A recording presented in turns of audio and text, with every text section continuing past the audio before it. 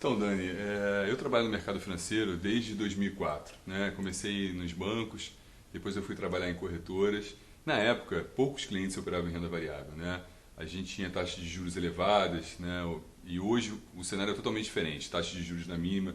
Então isso já provoca um estímulo a tomar risco, né? A entrar no mercado de renda variável. Somado a isso, né? Você tem influenciadores na internet falando sobre o conteúdo, isso é muito bacana, mas você também encontra profissionais falando que é muito fácil, né, e vendendo sonho.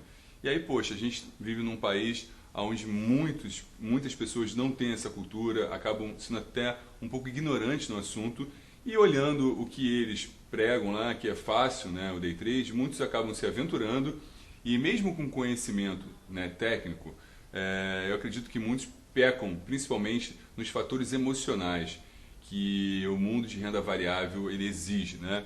Então, o que você tem a dizer sobre isso, né? Sobre essa questão, para quem está escutando agora, que não tem noção do que é o mercado de ações, o day trade, o mercado de renda variável, ou até mesmo que já tem uma noção, mas não tem essa bagagem que nós temos, né? De estar atuando como profissionais no mercado há muito tempo. O que você tem a dizer para esse cara que está iniciando? Ou essa mulher, tá, gente? Cara aqui é carioca. É um assunto grande também esse, mas o primeiro ponto é que não dá para nós, assim, antes, em 2004, Sim. até pouco tempo atrás, nós não se falava, eu vou ser um day trader, vou fazer day trading. Você é um especulador financeiro, você opera qualquer time frame, ou seja, essa distorção que se associou a um tipo específico de operação que na prática é assim, a pessoa é um especulador financeiro. O mercado viabiliza operações que são, em determinados momentos, que são possíveis de serem feitas com mais facilidade ou menos facilidade. Quando eu digo isso, é quando tem volatilidade. Mas o operador, ele é um operador, ele está operando qualquer papel, qualquer cena, qualquer mercado e qualquer time frame. Então a primeira distorção está aí. Vender facilidade é muito interessante porque a pessoa que está vendendo um treinamento, ele pode dizer, quando ele afirma que é possível se aprender uma técnica operacional e se ganhar dinheiro, é óbvio que ele está olhando apenas um pedaço do assunto.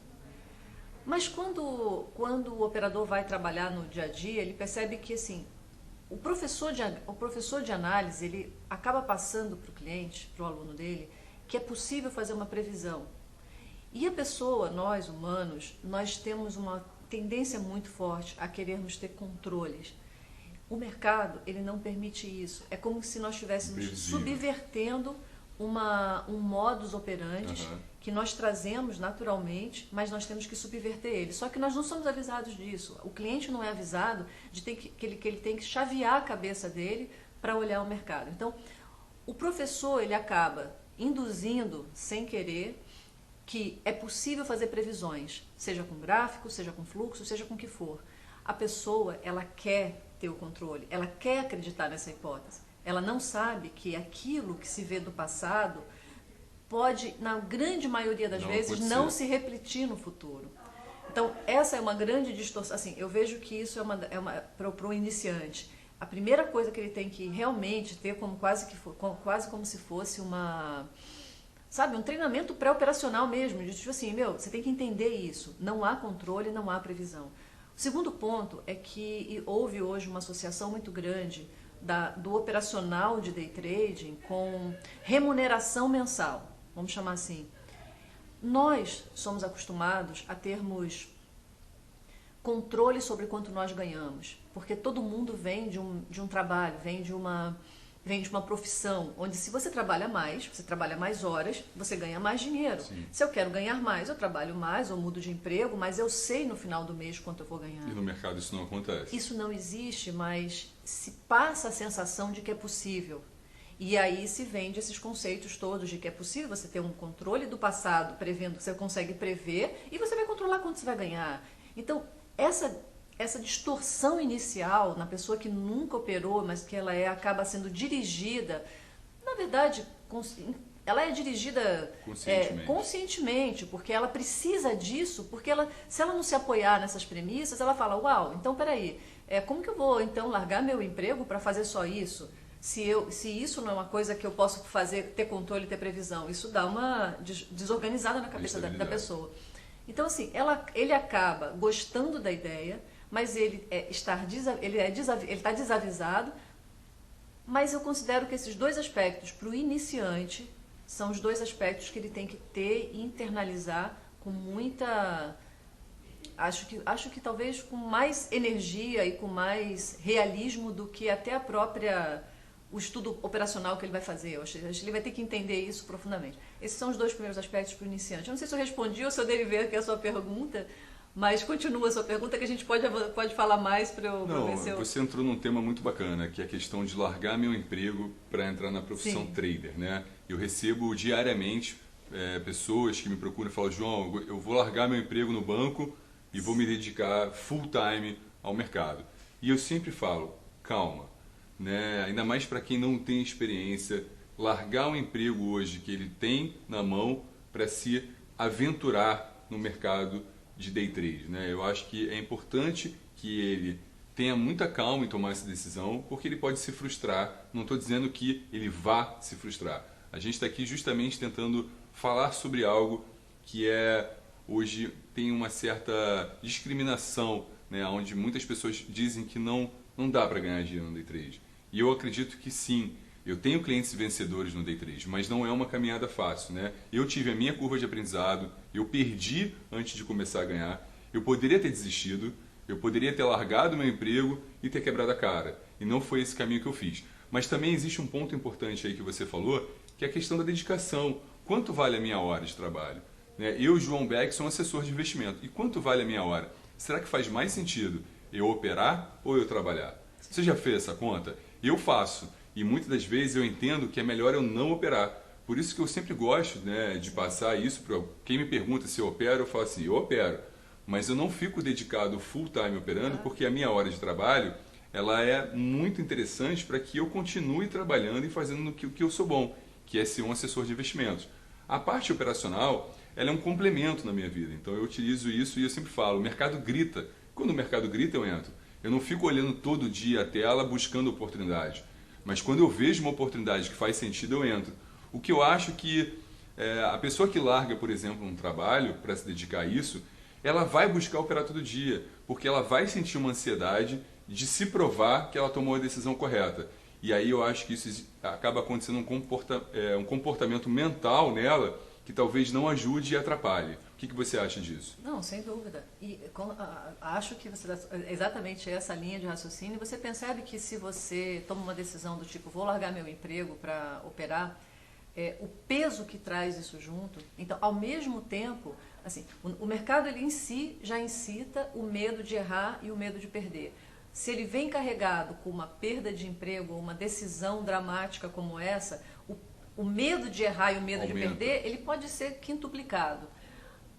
Se você opera com uma ideia de que você não pode falhar, você vai falhar. Aí eu tenho uma fala minha que eu costumo falar para os meus alunos, que é o seguinte, o medo e a fé é a mesma coisa. Como assim, Dani? O medo e a fé é a mesma coisa.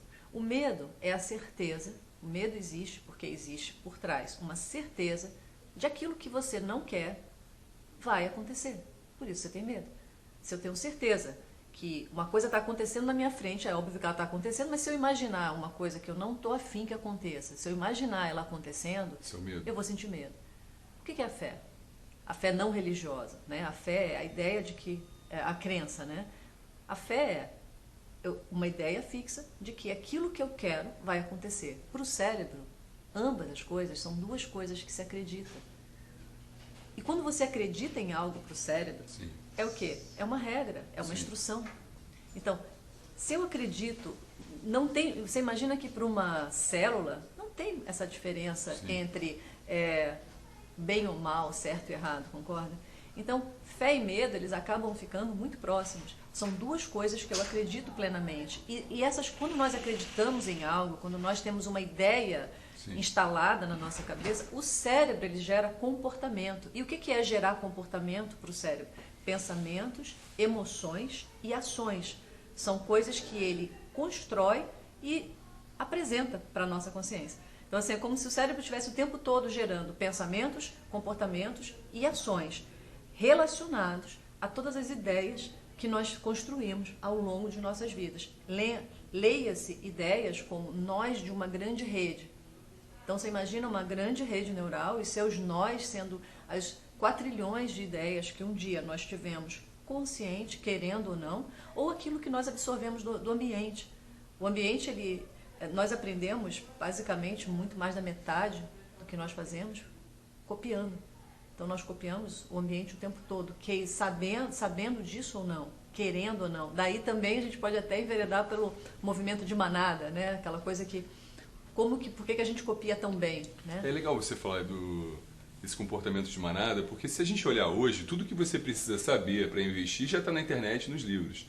Então você já tem todo o conteúdo lá. E muitos investidores continuam cometendo erros, que é comprar a ação da moda, o fundo da moda, que acaba entrando no efeito manada. Então, assim, é muito importante que o cliente tenha essa consciência que ele está tomando decisões nesse efeito, né? Seja num pânico que você vê seu amigo vendendo, outro amigo vendendo, pô, todos os seus amigos na mesa de um bar venderam a posição. Eu também vou sair fora, eu não quero ser o último a sair. E acontece também um raciocínio muito parecido, isso também acontece comigo. Às vezes eu, por exemplo, eu até comentei com você ontem que eu queria comprar uma ação, eu abri a plataforma e eu executei logo no início do dia. E depois eu te falei, poxa, eu podia ter comprado melhor, mas eu quis me livrar daquilo. Quer dizer, eu quis me livrar daquela sensação da responsabilidade que eu queria executar uma compra, porque eu queria encarteirar uma ação. Então eu acabei tomando uma decisão um pouco antes. Comprei um pouco antes, levado ao impulso, levado à sensação de tirar da frente, né? Uhum. E a gente não pode ter esse comportamento quando a gente está tomando decisões. Então, assim, os aspectos emocionais são muito importantes. Seja no longo prazo, claro, muito mais evidente quando a gente fala de movimentações, né? Sim, sim. No day trade, assim, para quem faz giro de curto prazo, não importa que seja intradiário ou D1, D2, enfim, giro de curto prazo é muito mais radical, mas, nossa, gestores é a mesma coisa, o cara que opera arbitragem numa mesa de operações, que aparentemente ela é menos radical, Sim. né? O cara que está fazendo arbitragem, não importa. São tomadas de decisões. Né? Todas as tomadas de decisões, elas emergem de um processo inexoravelmente emocional. Bom, Perfeito.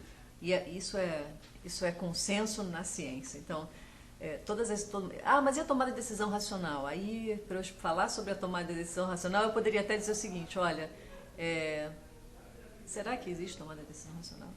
Mas quando eu penso racionalmente, eu não estou sendo racional? Aí a resposta é assim, gente, é tão grande a resposta que vale a pena fazermos uma live de 2 horas só para falar sobre isso. Mas esse já mostra o que os cientistas vêm falando, que não, as decisões elas emergem e elas são feitas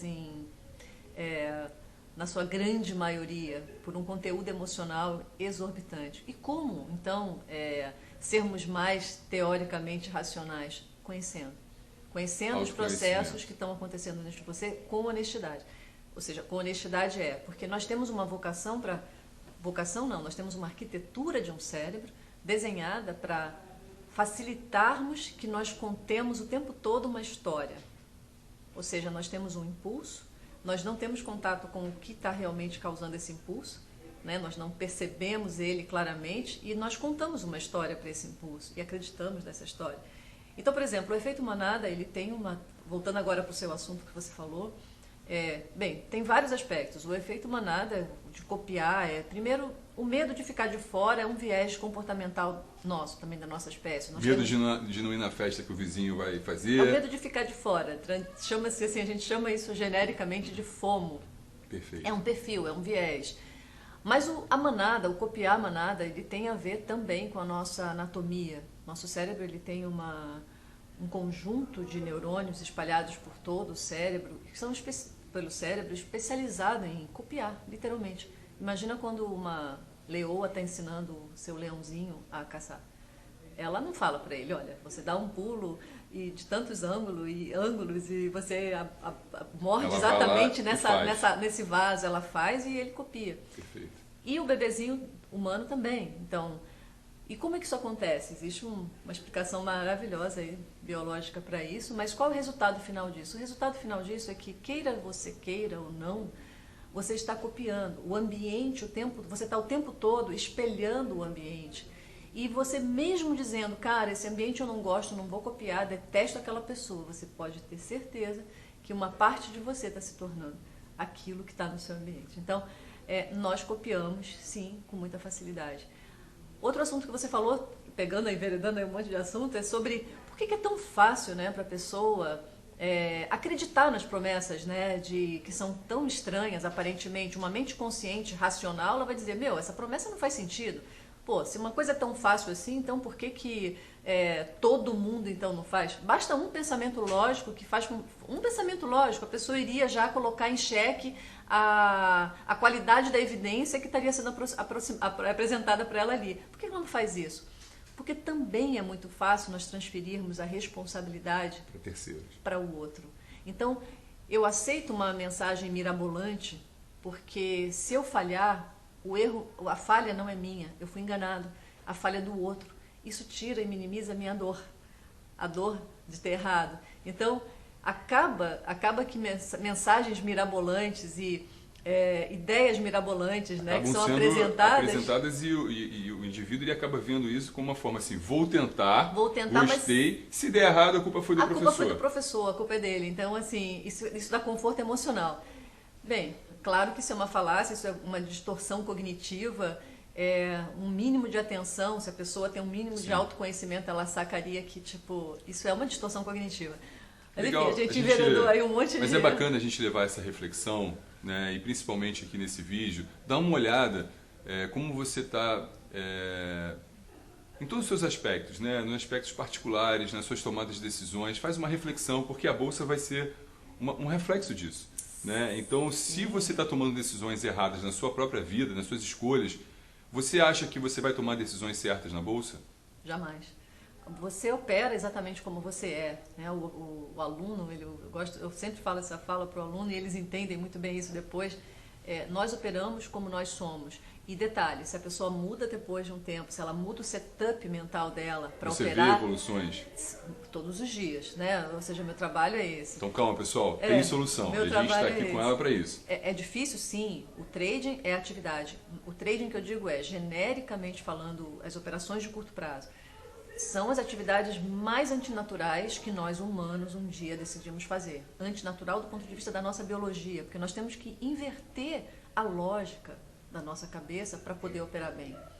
Segundo, que ele requer um esforço tão grande de autodesenvolvimento e de autoconsciência que a pessoa, depois que consegue fazer isso no trading, ela vira uma potência na vida também, porque Sim. Não existe essa separação. Você é no trading o que você é na vida. E na hora que você também mudar seu comportamento no trading é porque você mudou internamente e todo o seu conteúdo vai mudar.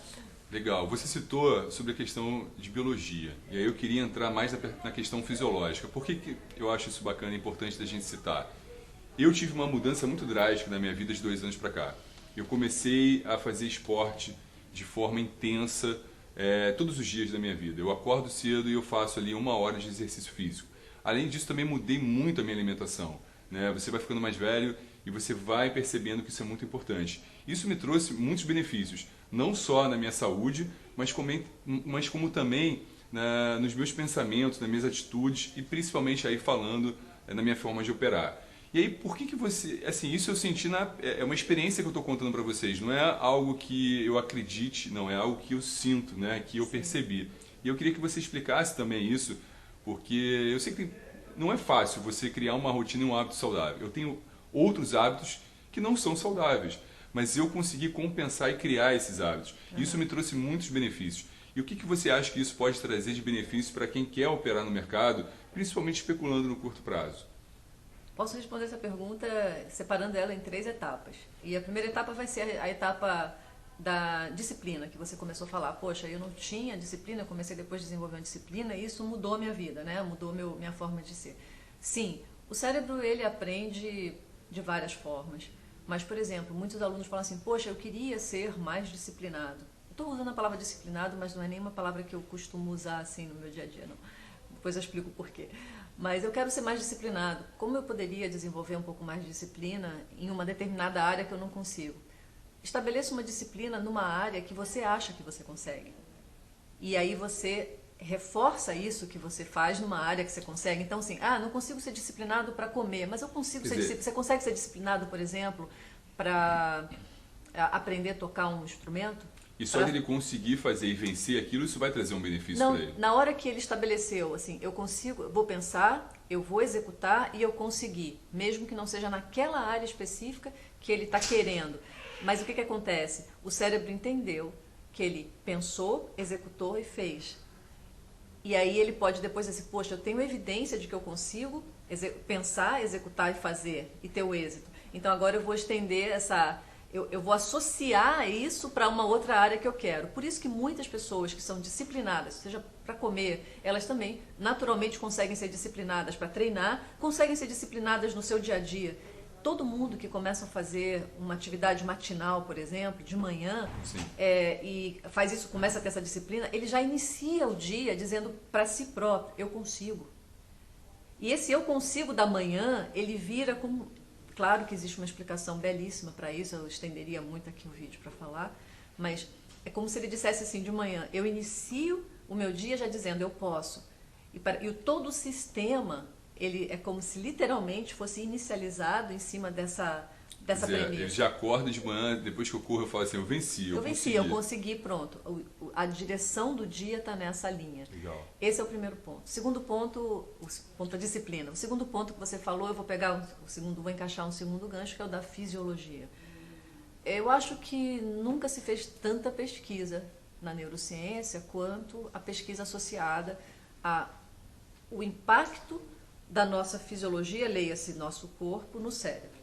Então hoje é consenso estabelecidíssimo que tudo que se faz, quando você faz uma atividade física, você muda seu cérebro.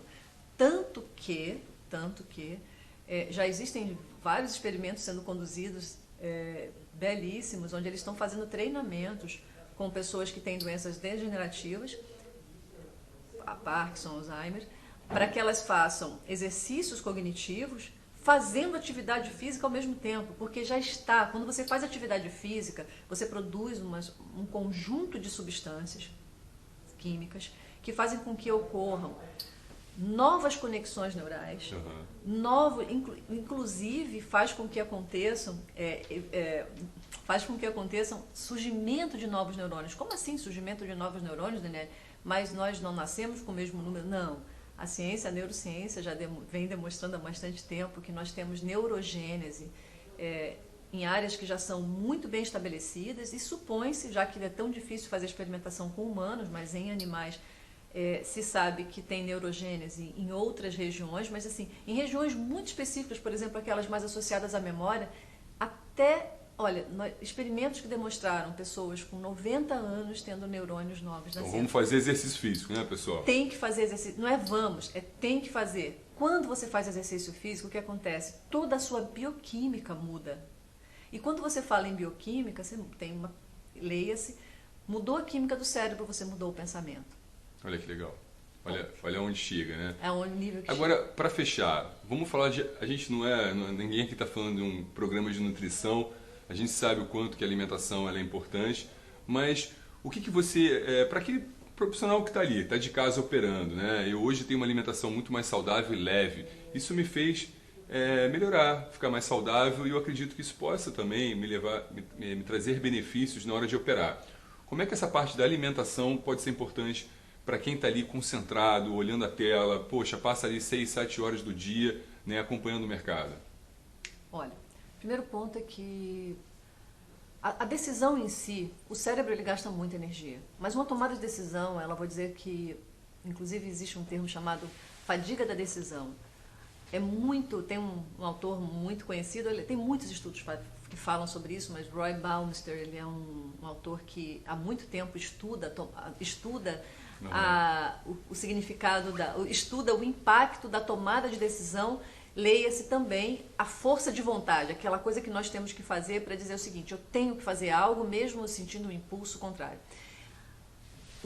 Vou dizer para vocês o seguinte, alimentação. Se você está tomando decisões no mercado o tempo todo, você está tendo um desgaste energético maior do que o normal. Algumas pessoas ficam o dia inteiro fazendo isso, sem alimentação e pior, usando algum tipo de estimulante. Posso dizer que essa é a rota de colisão mais radical para a pessoa bater no muro dela, de corrida? Sem dúvida.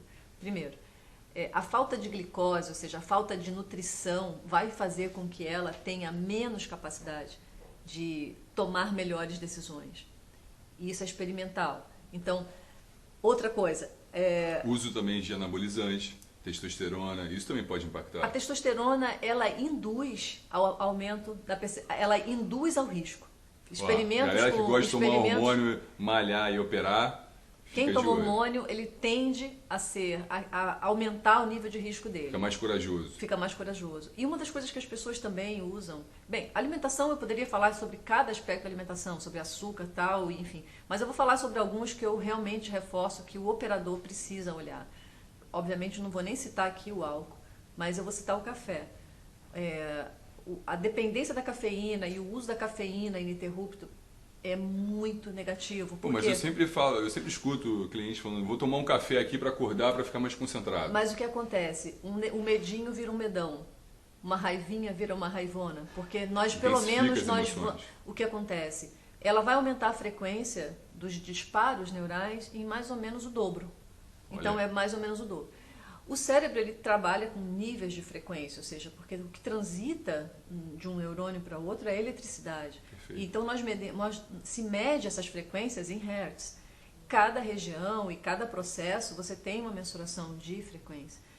O café e os estimulantes, eles mudam essa frequência. Claro que existem limites também que nós podemos aumentar. Claro. Por exemplo, quem gosta de cheirar cocaína, meu conselho é que não cheire, porque a cocaína, ela faz com que uma frequência possa chegar a 1000 Hz. A máquina morre.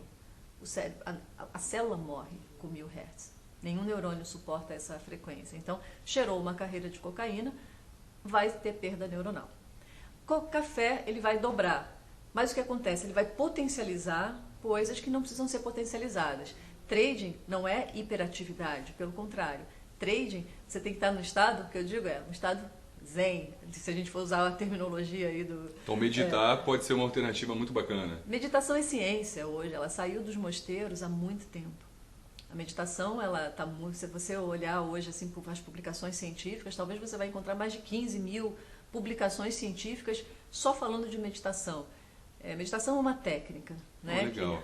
Legal a gente levar esses conteúdos, porque a gente está falando aqui de mercado financeiro e para quem está escutando, que quer entrar nesse mercado, quer operar, poxa, pode melhorar diversos aspectos da sua vida pessoal e se tornar um trader melhor. E vai se tornar uma pessoa melhor.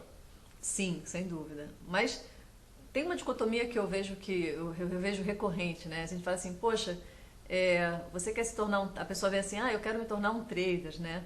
Mas na hora que você faz um exercício simples com ela, assim, do tipo, você consegue se imaginar você imagina você agora, você não está casado, você vai se casar e você está imaginando, conversando com seu sogro sobre a sua profissão e você está dizendo para ele, eu sou um trader, o que você sente? Eu sou um especulador financeiro, o que você sente?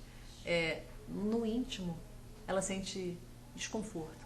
Se você tiver desconforto emocional com o que você vai decidir fazer, desconforto que eu digo é a percepção Sim. real, porque Sim. racionalmente ela vai dizer, não estou, mas... Dentro dela, ela acaba tendo um sentimento... Isso vai gerar comportamento, no sentido contrário. Se você tem desconforto, se você não está confortável na sua pele, você vai mudar, o seu cérebro vai fazer você mudar de pele bem rápido. Então, assim, o primeiro passo sem dúvida, autoconhecimento, treinamento comportamental antes de operar. É muito engraçado, né? Quando eu fiz autoescola, eu lembro que o meu instrutor falou, você já dirige? Eu falei, já. Ele fez uma cara assim, ele não gostou, porque eu estava cheio de vícios, né? Botava o braço para fora, não colocava o cinto, enfim, e fui corrigindo. Quando você analisa um trader, né? Essa profissão, a questão de ser especulador e tal, tem pessoas aqui que estão assistindo esse vídeo que nunca operaram, tem pessoas que já ganharam, perderam e tudo mais. Você entende que esses aspectos emocionais que são muito importantes sejam mais fáceis de ser aplicado em alguém que não teve ainda contato com o mercado ou alguém que já opera? Eu defendo que o pré-operacional tem que ter treinamento comportamental antes de começar a operar. E, claro, se ele puder ter acompanhamento depois, né? Mas inclusive os alunos pré-operacionais que vêm para mim, eu dou de presente o mesmo treinamento um ano depois. Legal. Porque eu quero muito, são tão raros, né? Porque normalmente o cliente, o aluno, ele vem depois que ele está perdendo e que ele sacou. Aí depois que ele procura, né? Porque o ele ser humano é entendeu. assim. Ele só Acho entende que um tempo.